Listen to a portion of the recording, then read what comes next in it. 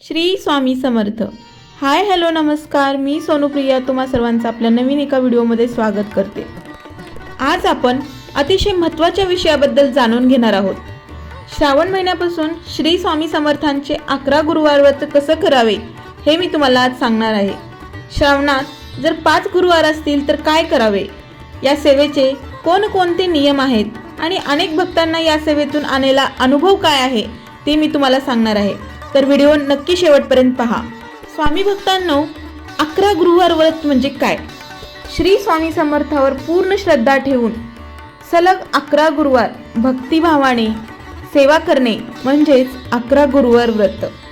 या व्रताचा मुख्य संदेश काय आहे तर आपल्याला मनशांती भेटते, त्यासोबत घरात सुख समृद्धी नांदते, अडथळे दूर होतात, नोकरी व व्यवसायातील प्रगती होते, विवाहातील अडचणी कमी होतात, संततीसाठी प्रार्थना करायची, आरोग्य लाभते आणि सर्वात महत्त्वाचे म्हणजे स्वामींची कृपा प्राप्त होते.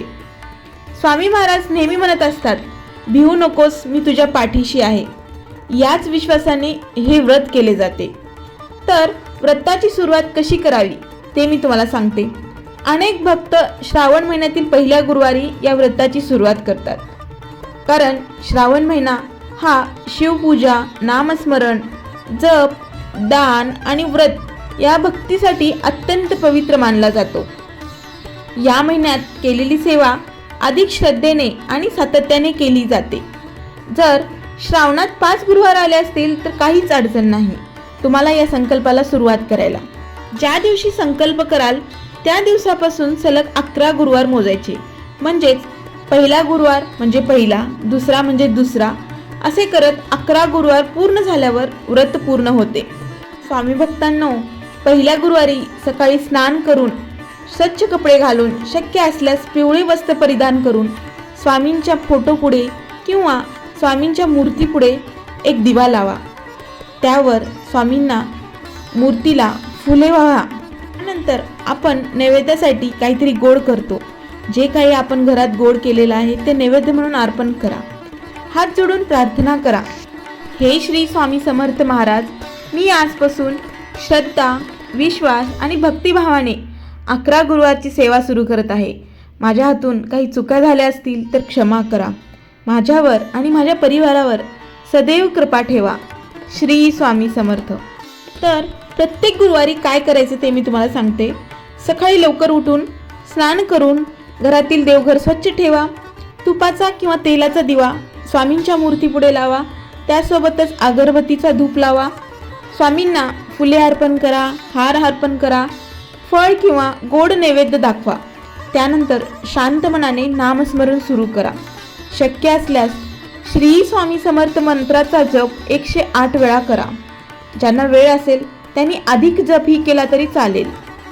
तर मित्रांनो, गुरुवारी कोणती सेवा विशेष करावी म्हणजेच श्री स्वामी समर्थ तारक मंत्र, स्वामींची आरती, स्वामी चरित्र सारामृताचे 1 किंवा 3 अध्याय, स्वामी नामजप, दत्तबावनी किंवा दत्तस्त्रोत, गुरुचरित्र वाचन, शक्य असेल तर गुरुचरित्राचे वाचनही नक्कीच करा. सर्व सेवा करणे बंधनकारक नाही. भावाने जे शक्य आहे ते करा. उपवास कसा करावा? काही भक्त पूर्ण दिवस उपवास करतात आणि काही जण फळाहार घेतात, तर काही जण एक वेळ सात्विक भोजन करतात. स्वामींना उपाशी राहण्यापेक्षा मनाची शुद्धता अधिक प्रिय आहे. म्हणून प्रकृतीनुसार निर्णय घ्या. जर तुम्हाला उपवास जमत असेल तर उपवास करा. नाही जमला तर तुम्ही 1 टायमाचं जेवण जरी केलात तरी ओके आहे. आजारी व्यक्ती, गर्भवती महिला, वृद्ध व्यक्ती किंवा औषध घेणाऱ्यांनी उपवासाचा हट्ट करू नका. श्रावण महिन्यात शक्य असल्यास दररोज स्वामींचे नामस्मरण करा. संध्याकाळी दिवाबत्ती करा. तुळशीला प्रदक्षिणा घाला. त्यासोबतच तुम्हाला शक्य असेल तर दानधर्म नक्कीच करा. गरजू व्यक्तींना अन्नदान, वस्त्रदान करा. जे काही लोक आहेत जे अनाथ आश्रममध्ये राहतात त्यांना जमेल तितकं दान करा. पक्ष्यांना पाणी ठेवा. झाडांना पाणी घाला. गाईला चारा द्या. स्वामींचे विचार आचरणात आणा. कारण खरी सेवा म्हणजे दुसऱ्यांच्या चेहऱ्यावर आनंद आणणे.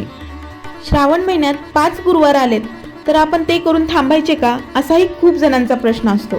तर ते करून आपण थांबायचं नाही. आपण 11 गुरुवार व्रत पूर्ण करायचे. श्रावण संपला तरी पुढील गुरुवार मोजत राहायचे. श्रावणात 5 गुरुवार झाले, त्यानंतर अधिक 6 गुरुवार तुम्हाला करायचे आहेत. म्हणजेच एकूण 11 गुरुवार तुमचे व्रत पूर्ण होतील. व्रतादरम्यान कोणते नियम पाळावेत? खोटे बोलणे टाळा, कोणाचाही अपमान करू नका, राग कमी करा, वाईट सवयी सोडण्याचा प्रयत्न करा, मांसाहार आणि मद्यपान टाळा, घरात प्रेमाचे वातावरण ठेवा, जास्तीत जास्त नामस्मरणाकडे भर द्या. अनेक भक्त सांगतात, घरातील सततचे वाद कमी झाले, मनातील भीती निघून गेली, स्वामी सेवा केल्यामुळे नोकरी मिळाली, व्यवसायात प्रगती झाली, त्यासोबतच आरोग्यातही सुधारणा झाली, आर्थिक अडचणी कमी झाल्या, विवाहाचे योग जुळून आले, संततीसाठी प्रार्थना पूर्ण झाली. अर्थात प्रत्येकाचा अनुभव हा वेगळा असू शकतो. कोणताही परिणाम ठराविक वेळेत होईल अशी हमी देता येत नाही. परंतु श्रद्धा, सातत्य आणि सकारात्मक आचरण यामुळे अनेकांना मानसिक बळ, समाधान आणि भक्तीचा अनुभव मिळतो. 11व्या गुरुवारी काय करावे ते मी तुम्हाला सांगते. तर 11व्या गुरुवारी स्वामींची विशेष पूजा करा, गोड नैवेद्य दाखवा, पुरणपोळीचा नैवेद्य केला तरी अतिउत्तम, आरती करा, शक्य असल्यास गरजूंना त्या दिवशी अन्नदान करा किंवा एखादं जोडपं जेवायला बोलावून त्यांना वस्त्रदान करा. गुरुदक्षिणा किंवा दान आपल्या श्रद्धेनुसार करा. स्वामींचे मनापासून आभार माना. स्वामी भक्तांनो, लक्षात ठेवा, सेवा मोठी की छोटी यापेक्षा ती किती श्रद्धेने केली हे महत्त्वाचे असते. स्वामींना दिखाऊपणा नको असतो. त्यांना हवे असते ते प्रेम, तो विश्वास आणि ती निस्वार्थ भक्ती. म्हणून मनापासून नामस्मरण करा. स्वामींवर पूर्ण विश्वास ठेवा. आम्ही नेहमी लक्षात ठेवा, भिवू नकोस, मी तुझ्या पाठीशी आहे.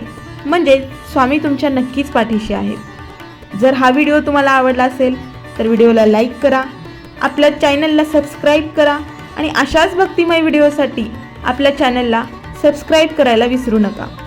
शेवटी सर्वांनी प्रेमाने एकदा म्हणा, अनंत कोटी ब्रह्मांड नायक भक्तवत्सल राजाधिराज योगीराज परब्रह्म श्री सच्चिदानंद सद्गुरु श्री स्वामी समर्थ महाराज की जय. श्री स्वामी समर्थ महाराज की जय. श्री स्वामी समर्थ महाराज की जय.